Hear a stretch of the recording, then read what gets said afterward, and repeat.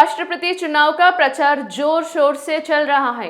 भारत की तरह ही दोनों पक्ष एक दूसरे पर तीखे शब्दों से हमले कर रहे हैं। इसी बीच दुनिया के सबसे अमीर व्यक्तियों में से एक व्यापारी एलन मस्क भी इन चुनावी आरोपों का सामना कर रहे हैं। भले ही एलन मस्क का चुनाव से सीधा संबंध न हो, लेकिन उन्होंने डोनाल्ड ट्रंप के प्रचार में न केवल समर्थन दिया बल्कि भारी मात्रा में चंदा भी दिया है।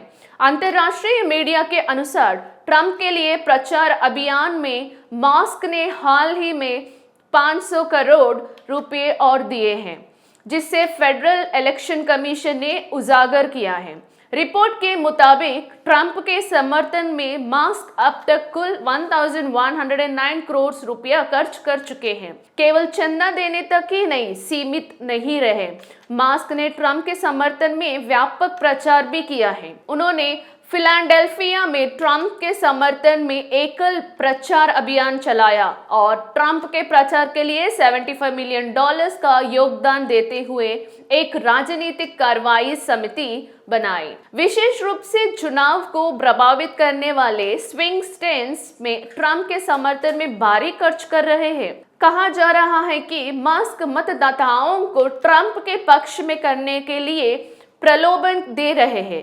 वाक स्वतंत्र और हथियार अधिकारों से संबंधित एक साक्षिक और हस्ताक्षर करने वाले मतदाताओं को मस्क द्वारा धनराशि वितरित की जा रही है। हाल ही में एक रैली में ट्रंप ने घोषणा की है कि यदि वह राष्ट्रपति बने तो टेस्ला के सीईओ एलन मस्क को अपने कैबिनेट में जगह देंगे या सलाहकार के रूप में नियुक्त करेंगे। इस पर मस्क ने सकारात्मक प्रतिक्रिया देते हुए सोशल मीडिया मंच एक्स पर कहा कि वे सरकारी दक्षता विभाग का नेतृत्व करने के लिए तैयार है। दूसरी ओर मस्क द्वारा बनाई गई पॉलिटिकल एक्शन कमेटी की जांच मिशिगन और नॉर्थ कैरोलाइन के चुनाव बोर्ड अधिकारियों द्वारा शुरू की गई है।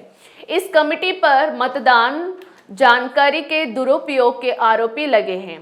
रिपब्लिकन पार्टी के राष्ट्रपति उम्मीदवार ट्रंप हाल ही में एक रेडियो कार्यक्रम में शामिल हुए। इस दौरान होस्ट ने उनसे सवाल किया कि यदि कमला हैरिस जिताती है तो उन्हें कुछ मुद्दों पर चीनी राष्ट्रपति शी जिनपिंग के साथ बातचीत करनी होगी। इस पर ट्रंप ने जवाब दिया कि चीन उन्हें एक बच्चे की तरह देखा गया।